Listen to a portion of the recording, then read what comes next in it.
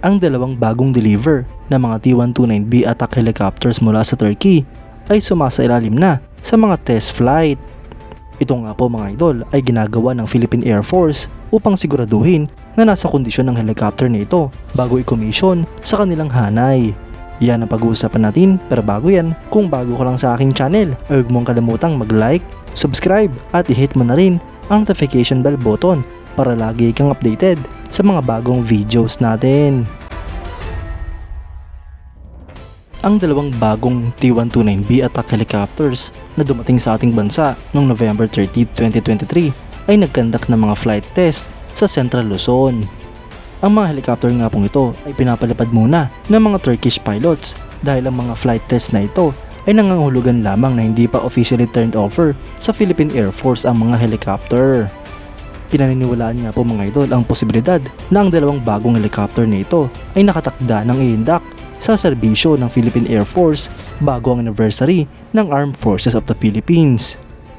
Kaya't konti na nga lang po ang ating aantayin mga idol at makukumpleto na ang 6 na mga bagong T-129B attack helicopters na binili ng ating bansa sa ilalim ng modernization program ng AFP. Kung matatandaan nga po natin mga idol na pinaplano pa ng Philippine Air Force at ng Department of National Defense na dagdagan pa ang mga bagong attack helicopters ng ating bansa.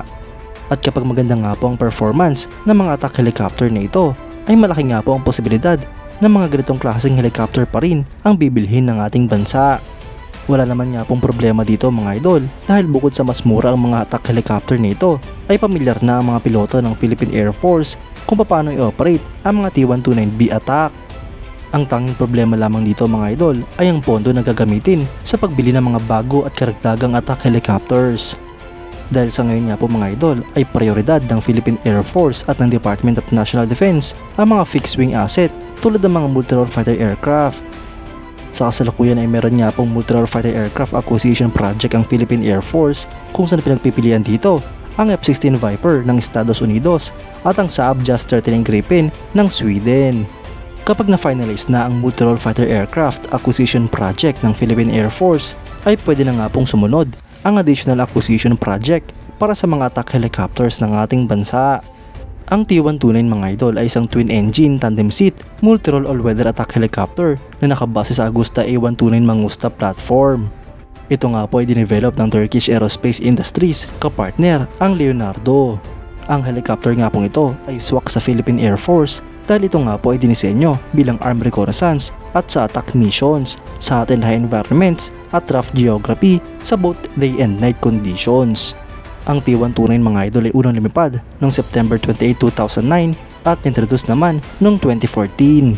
Sa kasalukuyan ay tanging Pilipinas, Nigeria at Turkey lamang ang nag-ooperate ng ganitong klaseng helicopter.